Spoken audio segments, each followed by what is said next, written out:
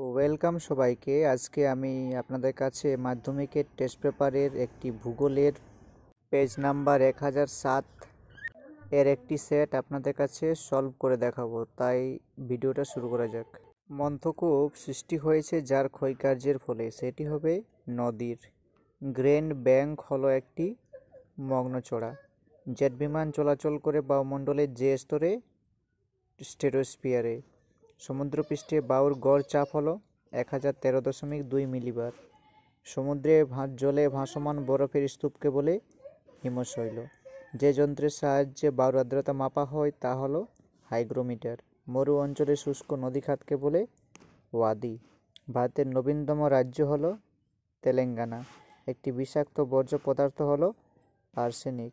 ভারতের রূঢ় বলা হয় দুর্গাপুর।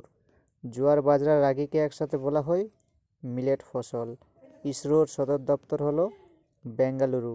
ম্যানগ্রোভ অরণ্য দেখা যায় উপকূল অঞ্চলে।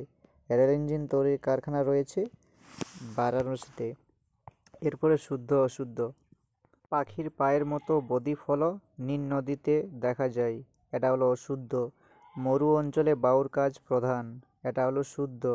আরাবল্লী একটি ক্ষয়জাত পর্বত, এটা হলো শুদ্ধ। কান্ডালা একটি করমুক্ত বন্দর, এটি হলো শুদ্ধ। ঝুম চাষ মৃত্তিকা ক্ষয় রোধ করে, এটি হলো অশুদ্ধ।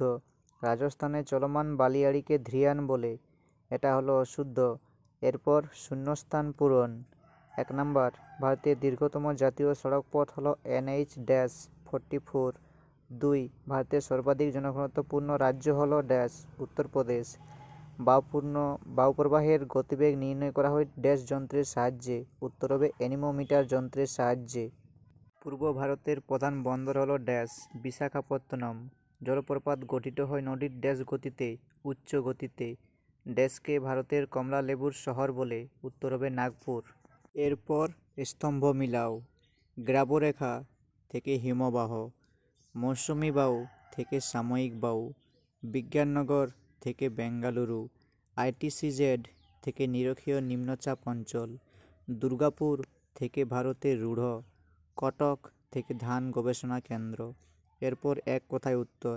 একটি মুখ্য এবং একটি গৌণ জোয়ারের মধ্যে সময়ের পার্থক্য কত? 12 ঘন্টা 26 মিনিট। সার্কের সদর দপ্তর কোথায়? কাঠমান্ডুতে। বাজাদা কি মরু অঞ্চলীয় বা মরুপ্রাদেশীয় সমভূমি অঞ্চলকে বাজাদা বলে? তারপরে প্রশ্ন, স্বাভাবিক বাঁধ কি?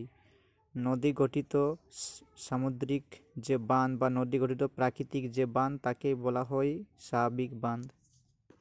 GIS এর পুরো নাম কি? Geographic information system. এবং শেষের প্রশ্ন, ভারতের অরণ্য গবেষণা কেন্দ্র কোথায় অবস্থিত? দেরাদুন।